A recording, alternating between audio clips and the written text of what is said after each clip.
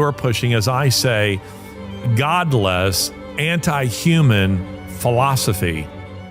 The kind of people that you encounter at the World Economic Forum are the sort of people who are intoxicated by their own vision of the world. They believe that they can recreate the world according to their own warped principles. Not a business, not an organization, not a school, but whole countries, the entire world. But we've seen this before. I'm reminded of something Russian historian Sheila Fitzpatrick wrote in her excellent book, The Russian Revolution, when she's talking about these kinds of people, revolutionaries, people who want to remake the whole of society.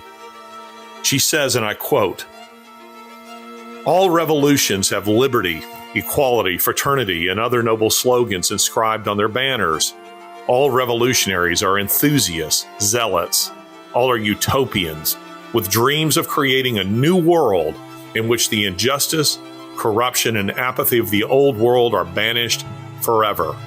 They're intolerant of disagreement, incapable of compromise, mesmerized by big, distant goals, violent, suspicious, destructive. They have the intoxicating illusion of personifying the will of the people, which means they assume that people is monolithic. They're Manichaeans, dividing the world into two camps, light and darkness, the revolution and its enemies. They despise all traditions, received wisdom, icons, and superstition. They believe society can be tabula rasa on which the revolution will write.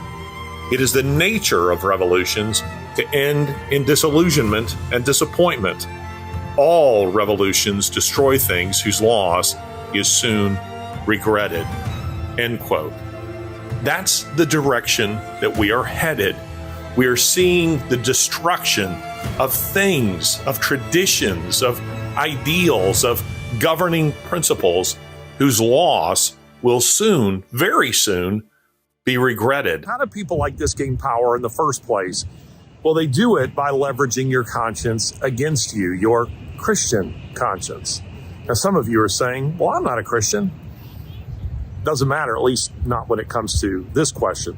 It does for eternity, but not when it comes to the point that I'm making right here. Because if you grew up in the West, you inhaled deeply of a Judeo-Christian worldview. It informs your sensibilities. People outside of the West who did not grow up in that same tradition do not have that same conscience. They do not have that same worldview. And you see what the woke crowd does, what the WEF is pushing with all of the, sordid sexual agenda and the many other things that we're seeing in the West where up is down and down is up, male is female and female is male, on and on.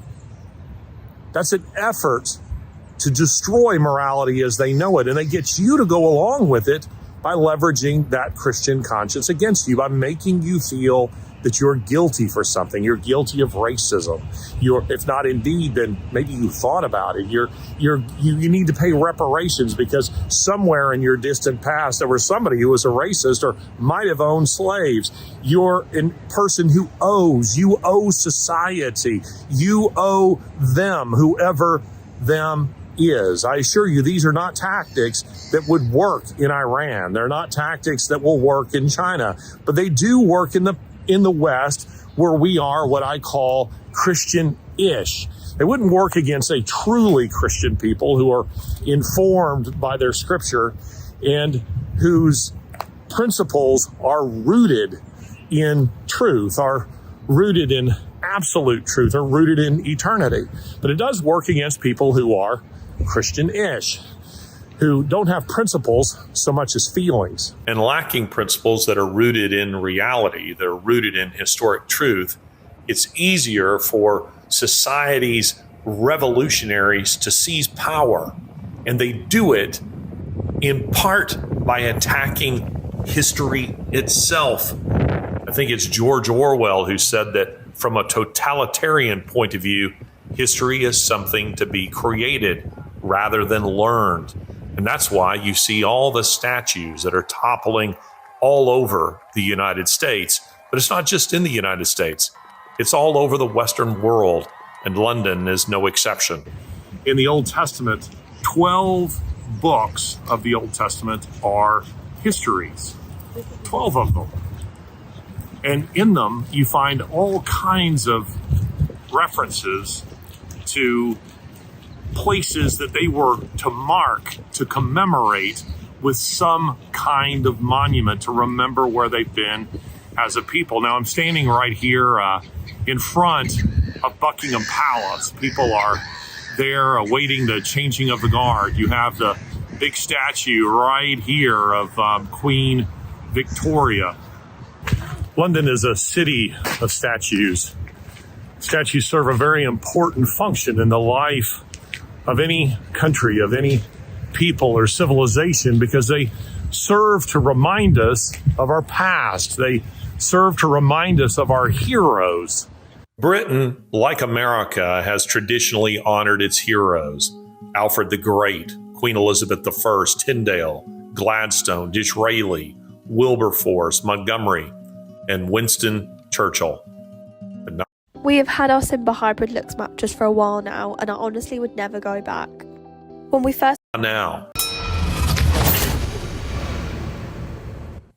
London Mayor Sadiq Khan has infuriated royalists and anyone with a bit of common sense after shunning a statue of our late Queen in favour of bizarre submissions that have been branded anti-British propaganda. Yes, Mayor of London Sadiq Khan and his ilk are systematically replacing London's and Britain's statues, replacing their history. Take, for instance, Trafalgar Square, one of the most famous squares, one of the most famous plazas in all of Europe, which once contained Britain's, England's, London's great heroes. Today, what's there? Garbage art mostly, and fake, woke heroes. But they have left one London statue, one London monument, remarkably, amazingly untouched. Let's go there. That was bad. It's not a big deal. It's a great way of travelling, and but we've tried to sleep the train, or the couchette as they called it in France, and well, that's an experience. So where am I? Well, quite obviously a cemetery. Of the 53,000 people who are buried here, most notably you have Michael Faraday, the inventor of the electric motor. You have Adam Worth, who's the real-life basis for Sir Arthur Conan Doyle's Moriarty, the arch nemesis of Sherlock Holmes. But I'm not here to see either one of those. I'm here instead to see the grave of someone else, a maniac whose life work has led to the deaths of more than 150 million people in the 20th century alone. And that person is Karl Marx. Now, there's some people behind me who are there. I don't know if they're there just to see it because they're just on tourism, or if they're there to pay respects. Quite honestly, I would prefer that they urinate, on his grave. But the fact is that Karl Marx, his ideology continues to be one that is quite dominant among leftist circles all over the world. It's not only,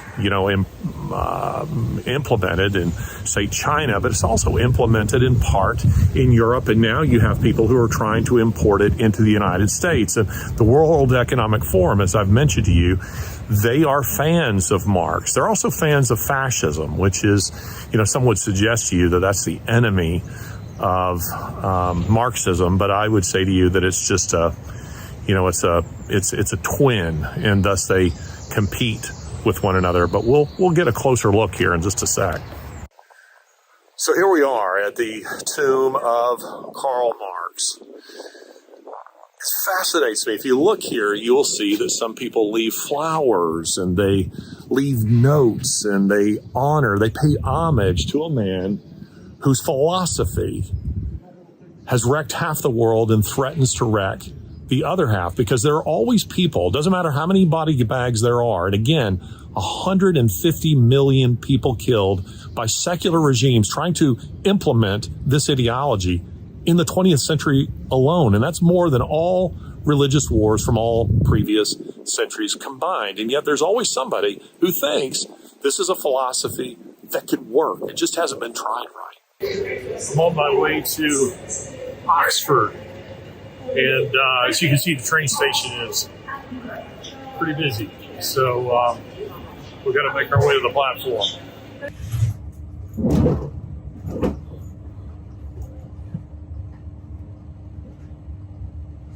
Welcome aboard this Great Western Railway service.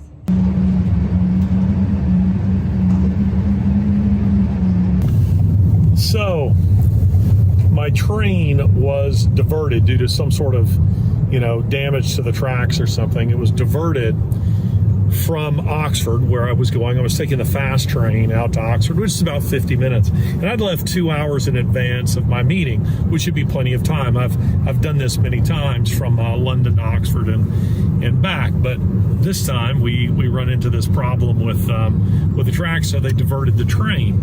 Attendant told us, you get off at Swindon. Swindon's about a half hour from Oxford. The problem was the train did not stop at Swindon. It just kept right on going for about another hour until I'm now, pretty close to the Welsh border. But I got off the train and grabbed a taxi the first chance I got, and my good driver here, Jacob, he's gonna get me to Oxford. Beautiful day, isn't it? Very nice day. Yep, it's very nice. I say that. Of course, now it looks like it's going to rain, but it is at least a beautiful drive. You don't think so? It will be dry today. Yeah, very good. So we're on our way.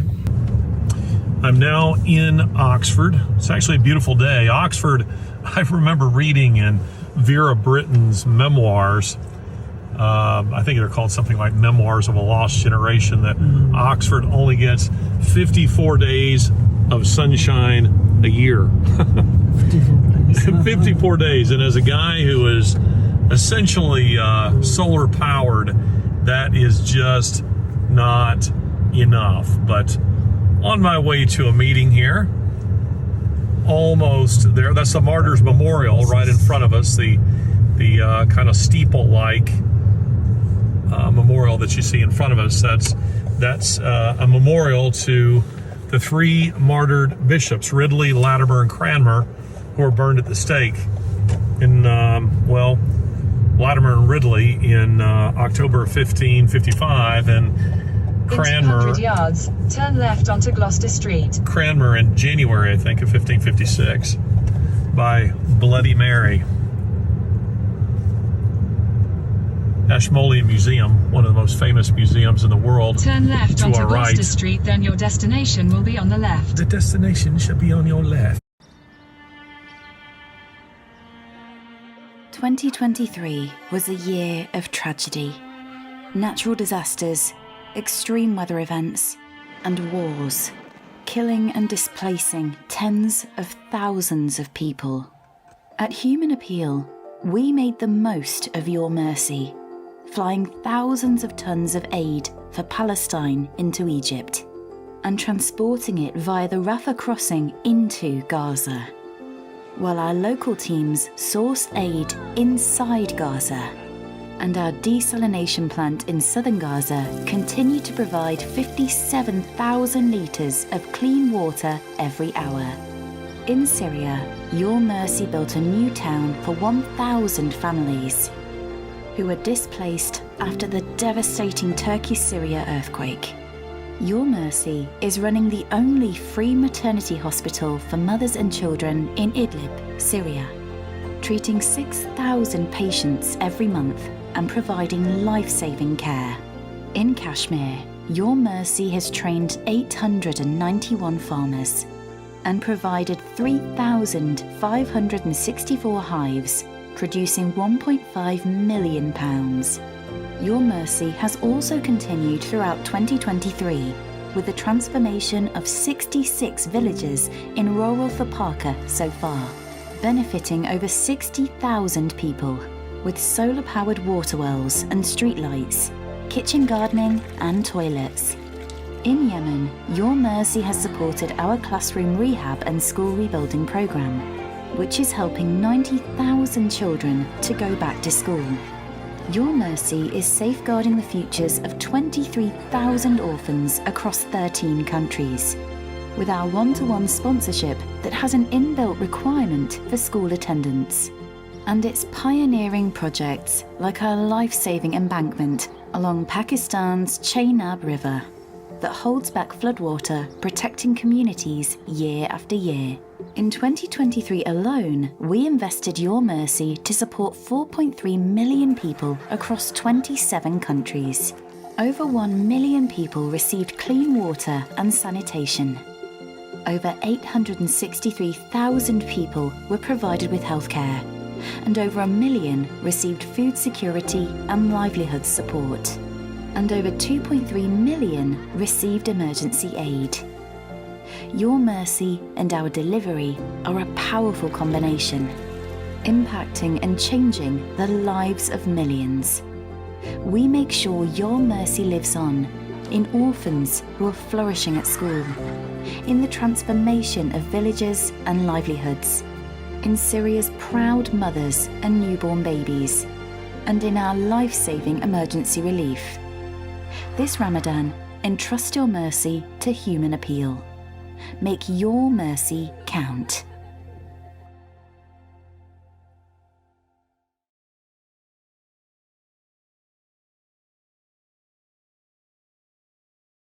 Did you know that you could be generating 10 grand a month or more by simply teaching other people what you already know, extract that into an online course and sell it around the world fast? This is Kerry Eagler. He's generated 7 figures teaching other people e-commerce. And this is Joanna Tompkins. She just had a 30 grand month teaching nail technicians how to get more clients. This is Edward Taylor. He's generated multiple 6 figures teaching visual effects artists around the world how to get better. And this is Paul Martin. He just generated 30 grand inside 3 weeks by pre-selling his course that he hadn't even made to magicians. And what do all these people have in common? Well, they simply decided to turn the expertise that they already had, put that down into an online course and sell it around the world. And from experience, it's the fastest way to generate a lot of revenue without having to do any one-on-one coaching, consulting, done-for-you agency services, any of that stuff. It's much more efficient and fun. And because the most efficient way of teaching people at scale around the world is by simply just creating a digital clone of yourself, of what you already know, recording that into an on-demand course, and then selling it to everyone around the world, around the clock, all the time. And with over 500 clients personally, I know the exact repeatable process that can take you from 0 to 7 figures in pretty much any niche. And in terms of what you could be teaching, I've got clients in niches that range from drumming to yoga, landscape gardening to real estate, anxiety coaching to maths teachers, literally and anything in between. It doesn't. I'd come to Oxford to see my friend John Lennox. Now, John is a professor of pure mathematics and philosophy of science, somewhat retired at Oxford University, but the man continues to work in a field of great interest to me, and that is artificial intelligence. If you haven't read his book, 2084, you should. And while I was paying a visit with him, he was telling me about the revised version of this book that he is now working on, expanding the book. And that is because this is an issue of great importance, and it relates to everything that we have been discussing.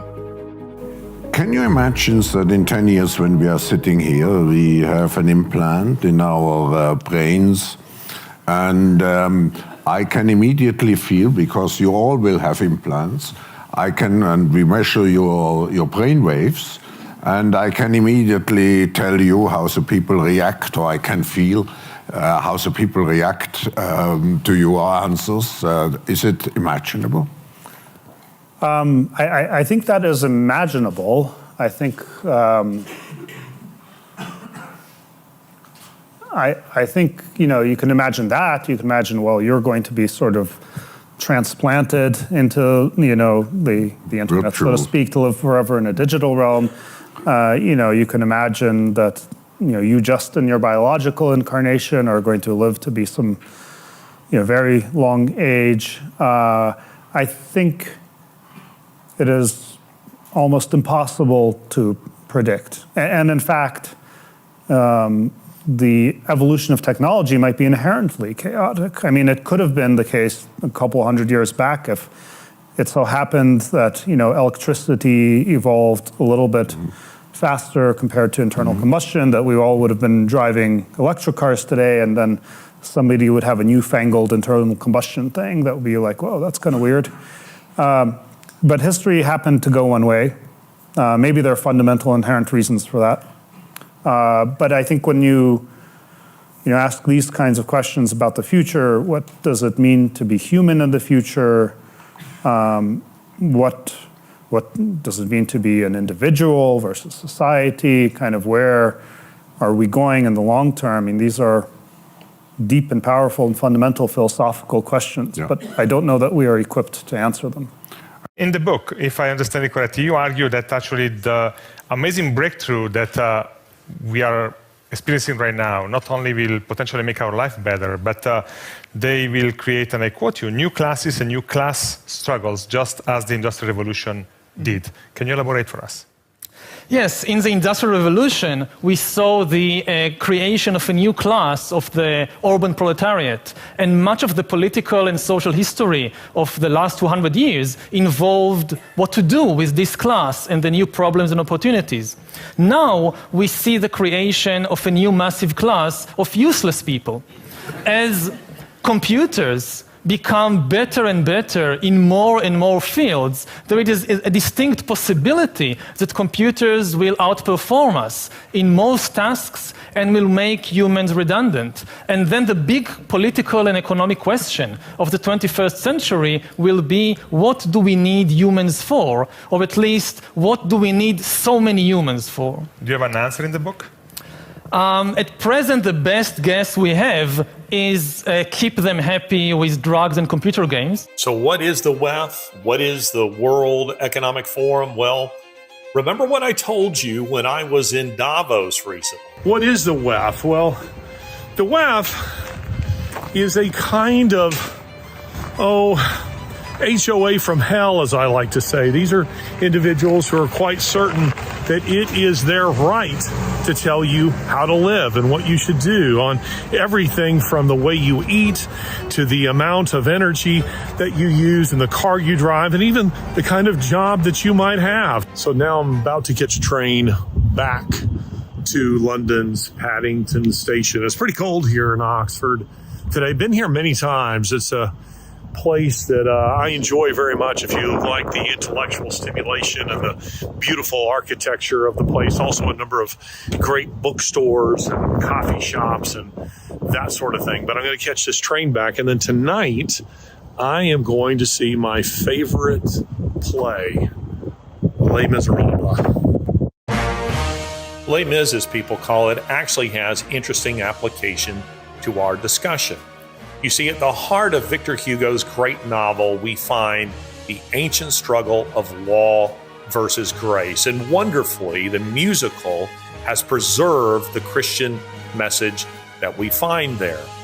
It's often asserted that legalism is a product of religion, specifically of the Christian religion. But I'm here to tell you that you will find no more legalistic crowd than those who gather every year at Davos. And not because they want to judge you according to God's law, but because they want to judge you according to the laws of the God of their own making.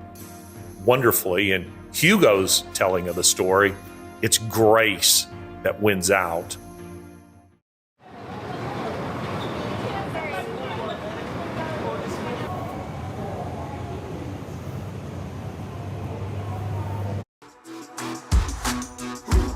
Trading is not for everyone, but if you are a trader, Plus 500 is the place for you.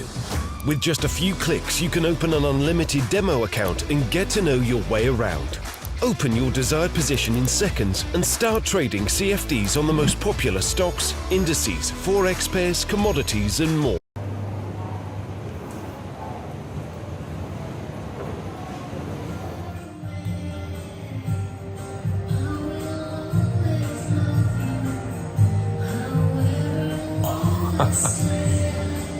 I'm in Cairo. What in the world am I doing in Cairo, you ask yourself, in what could potentially be another war zone? Well, I'm here for a very specific reason, in spite of the fact that if you follow my social media, it probably looks to you like I'm here on vacation. I mean, I'm climbing through the pyramids, I'm riding a horse with no name through the desert, I'm taking a felucca down the Nile, but the fact of the matter is, there's a very important reason that I'm here. Now, I started, as many of you would know, I was in Davos. I was at the World Economic Forum, and then I was in London, and I was only supposed to be in London for a few days before I went to Scotland. There I was supposed to meet up with my good friend, Jim Ferguson, but a storm blew through and dumped a lot of snow in the Scottish Highlands, and it made it very possible that I was going to get stuck there, and I couldn't afford to get stuck there because I had to be here, and that's because I was going to meet with some persecuted Christians here. Now, why here? Well, because I couldn't get a visa into their country. They're Africans. I couldn't get a visa into their country, having been there before. This time, they didn't grant it to me. They can't get visas into Europe. They can't get visas into the United States.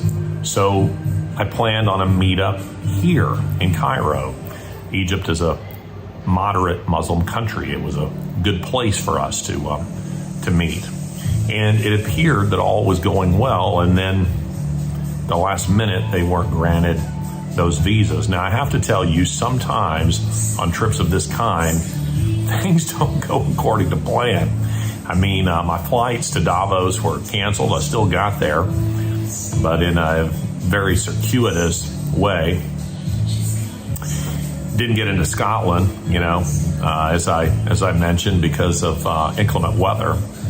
And here, it looks like I may have made this trip pointlessly. We'll see. So I'm spending my time trying to get some articles done, doing some interviews, and well, I just as well enjoy a Cuban cigar because they're illegal in the United States. So I can't at least enjoy one here. But to the extent that we're able to, it's important that we as a church, we support, we encourage the persecuted church. And the church in Africa, at least parts of Africa, particularly West Africa, is severely persecuted. They're being slaughtered. I've seen it. The women often raped or murdered, girls taken off into sex slavery, boys macheted. This is a very common occurrence. It doesn't often make our news, and the reason it doesn't is because, what are a bunch of Africans? People just don't care. They're just not paying attention to that. They prefer to know what Kim Kardashian was having for breakfast. But to the extent that we can, we try to encourage the persecuted church. And I got to tell you, there's only so much you can do via Zoom, via Skype, via email, phone calls, because your presence matters. It does. It matters a ton when you're willing to risk your life for them, and they see that and they know that. It matters a lot. And these are people that I haven't seen for a few years, and I felt it was very, very important that I see them and that I encourage them. So we'll see what happens. In the meantime, I'm just going to bide my time here. I'm going to hang out for the time that I had agreed to be here. I said I would be here, and here I am. But it may be that the whole trip turns out to be utterly pointless. We'll see. I've been in Egypt before, and by the way, I love Egypt's history. I enjoy the food, the people, pleasant. I should say there's a lot of tension here right now, and that is because of the war. Because of what is going on in Gaza. Egypt is very pro-Palestinian. Now, the government isn't letting anybody into this country. You talk about our open borders. The Egyptians are not allowing, if they can, they won't allow a single Palestinian into this country. Absolutely not. But the people, the masses, are pro-Palestinian, and that's pretty obvious. And there's a fear that this could expand into a much broader war. We will see. If it does, I hope it doesn't happen while I'm here. We'll see. But this is the nature of the work that I do. And I take it very seriously. And these are people that I love. These are people that I care about very much, and that we have done our best to try to encourage and to support, and about whom, by the way, I've written a series for Fox News a few years ago. You might look that up. You have to be careful when you're dealing with the persecuted church, because you don't want to endanger them. And they don't want to endanger you. Sometimes their social media is monitored. Sometimes they're followed. Sometimes someone like me coming into the country can be followed. In this case, they just denied it. They just didn't let me into the country. That's happened to me elsewhere. I can't go back to Cuba. I certainly can't go back to China for the very same reason. But we'll see. So I'm going to sit here. I'm going to wait. We're going to see what happens. And in the meantime, I'll take a look at the pyramids again. I'll go to the Egyptian Museum. I'll take in all of the sites. It's a wonderful country. You should come and visit it sometime. Maybe you're a little worried about visiting it right now, but anyway, we'll see what happens. So say a prayer.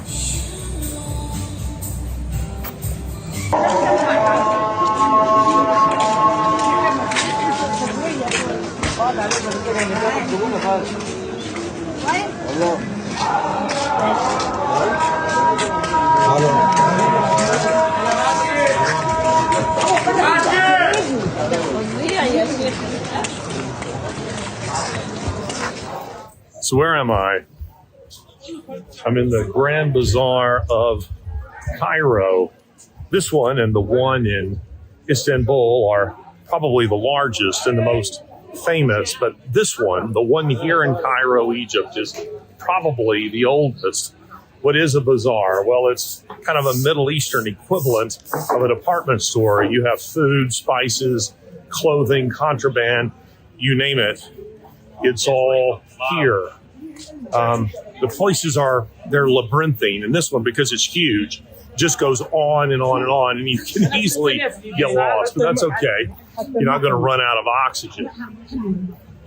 You can, however, take a wrong turn and end up someplace you shouldn't be, and you need to be very careful that you look after all of your belongings, because they'll be stolen in a nanosecond. It's kind of a strange place for a meetup, but here I am. I've been here many times before, and it's endlessly interesting. Now, you'll see the guy behind me. He's trying to sell me something. You see him back there now. A pro tip to avoid being sold things that you don't want, and that is to pretend that you don't speak English. He obviously knows that I do now. And also, you can wear earbuds. Point is just to ignore them and just keep walking. Though I will tell you that these guys are pretty tame compared to the ones that you run into in South America, who are far more aggressive. Cairo is a remarkable city of poverty, of wealth, of ugliness, of beauty, of remnants of a once great civilization. Some would say that Egypt is the very cradle of civilization. And yet, even here, people sense that there are forces beyond their control that are shaping their world. I thought I'd bring you out here to the pyramids so that you could get a glimpse of them. Let me tell you, of all the many wonders of the world that you might see, and it's been my privilege to see many of them, I would say that the pyramids are the only ones that actually live up to the hype. Indeed, they exceed the hype. They are absolutely extraordinary. No photograph, no video does them justice. They are absolutely amazing. You hear people, offering all kinds of crackpot theories about the way that they were constructed. I simply think that they threw 100,000 laborers at it and could get the job done pretty quickly. There's no OSHA. There's nobody worried about human rights. You get a few people killed, so what?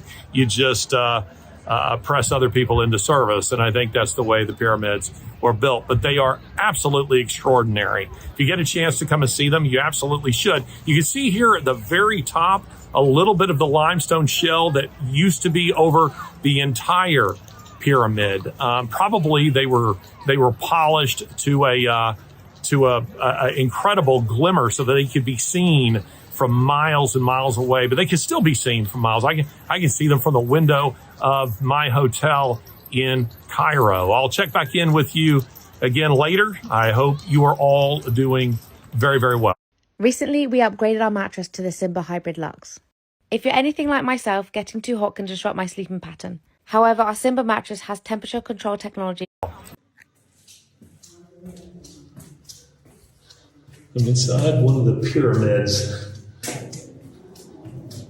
They've added a little bit of electricity so that you can see just a little bit.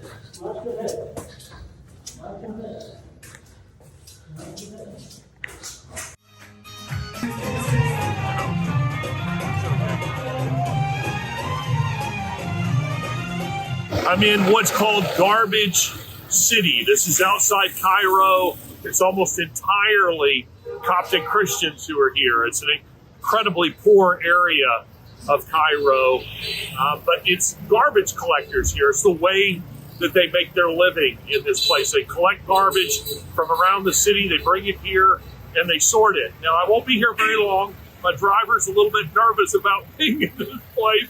He is holding the camera for me at this moment, but we're going to take a quick look around. This is Garbage City.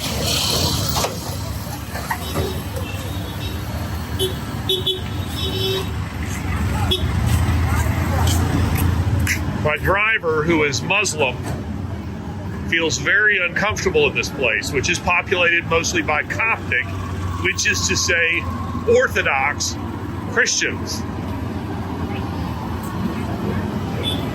It's exceedingly poor. So you can imagine I'm getting a lot of looks. These are called tuk-tuks. They're all over the Middle East.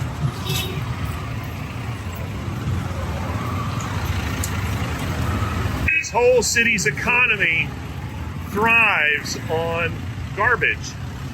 It's the way they make their living. This man, a Coptic Christian, told us something of the history of Makatam, known to the people of Cairo as Garbage City. And I may briefly summarize it like this.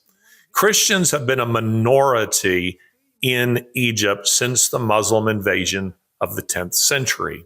And at that time, the Muslims applying Sharia gave them the infamous three options: convert, pay a tax, or die. Many did convert. Many did abandon their Christian faith. Still others who could afford it paid the tax. But there was a third category of Christians who were unwilling to convert and couldn't or wouldn't pay the tax. Knowing that they would be beheaded, they placed a kind of covenantal sign upon their children, on their wrists, a Coptic cross, in the hope that their children, who they knew would be raised as Muslims, would one day be identified by someone who knew, who could tell them, you are not of Muslim heritage. No, your parents were Christian martyrs. It's a remarkable people, a remarkable place, thriving amidst persecution. But now the Muslims themselves face a kind of law that would be applied to them. And it's a secular law. And it's the laws that are coming out of places like the World Economic Forum. I'm at the Trevi Fountain in Rome. If you look in the very center there, you will see a big statue of Oceanus and the teeming crowds that are here to enjoy the beautiful Roman weather. So what is the connecting thread in my travels in recent weeks? You see me in Davos, Switzerland at the World Economic Forum, and in London, and then from London to Egypt, and from Cairo to here in Rome. What is the connecting thread? Well, the connecting thread are the elitists, the globalists, the wefers who gather at the World Economic Forum each year and plot ways to deprive you of the freedoms that you enjoy, who want open borders, who want forced vaccinations, who want digital IDs, who want brain chips. I mean, these are the kind of people that we are talking about, who want to reduce the global population by 6 to 7 billion people. That's who we're talking about. What does that have to do with the places where I was? In a sense, a visit with John Lennox at Oxford University and a visit to Garbage City, and here they all seem very unrelated. But the fact is, the connecting thread is that globalist thread, because you see, you got a guy like John Lennox who's working on books on artificial intelligence. The World Economic Forum is absolutely infatuated with artificial intelligence. And then you have Garbage City. Ladies and gentlemen, we'll all be living in garbage cities like the Zebulun if we do not stand up, if we don't find our voices and begin to resist these people. Why are the Zebulun living on the edge of civilization itself? Because they are Christians in a predominantly Muslim country, and the laws exclude them from full participation in society and full participation in the economy. These are the very kinds of things that the World Economic Forum wants to bring about with anybody who is a dissenter from the globalist agenda. Klaus Schwab has written in his books of how to create a kind of loneliness and isolation, of forced isolation, for those people who choose not to go along. I come to a place like the Trevi Fountain today, not only because it's beautiful, but also because, in a sense, these are all people who are really enjoying themselves. But I would wager that almost none of them have any idea what the globalists have in mind for them. They intend to force you to participate in the world as they would redefine it, or that you will be forced into a kind of garbage city in your own state, in your own hometown. You know, when I was a student here 30 years ago, when I first arrived, seeing the changing of the guard was a big deal. I think I did it very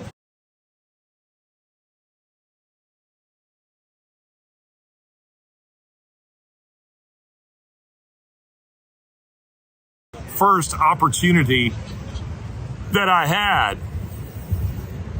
And then I did it again. And then again. And then I stopped going quite so frequently. And then I started going not at all. Then I would have friends or family who would come to visit me, and guess what they would want to do? See the changing of the guard. And guess what I didn't want to do?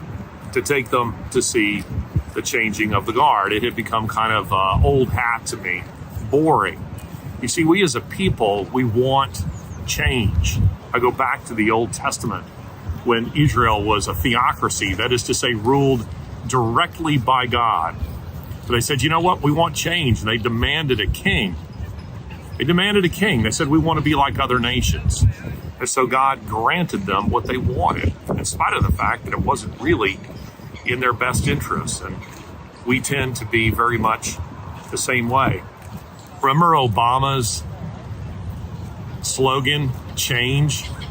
George Soros' website, change.org. Change. People demand change. They want change because the assumption, especially in the American mindset, is that new always equals improved.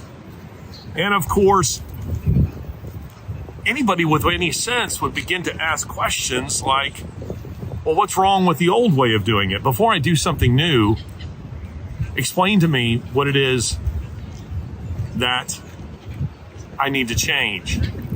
When in London, you need to get a proper shave, and at Taylorville Broad Street, they know how to do it. Now, how do we explain the absolute insanity of the World Economic Forum? I mean, how do we explain if people with this kind of unbridled ambition, who are so out of touch with the reality of real people in the real world? Shalom, friend. Today I wanted to give you a wonderful gift, the Jewish book of 1st Enoch. This is a fascinating book, Perhaps you're aware that the New Testament authors, who were all Jewish, knew about it, referred to it, and some even quoted from it directly.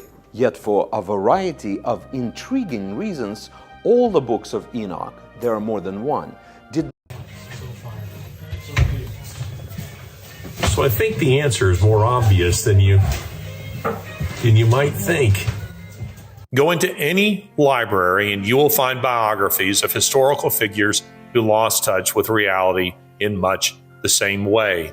People like Nero, and to him, how many other Roman emperors could we add? Ivan Grozny, known to history as Ivan the Terrible, and to him, how many kings and queens could we add? In our own time, we could also add celebrities. We're talking about individuals who are insulated from the reality of real life by their wealth, and as a result of their wealth, are surrounded by yes men and yes women.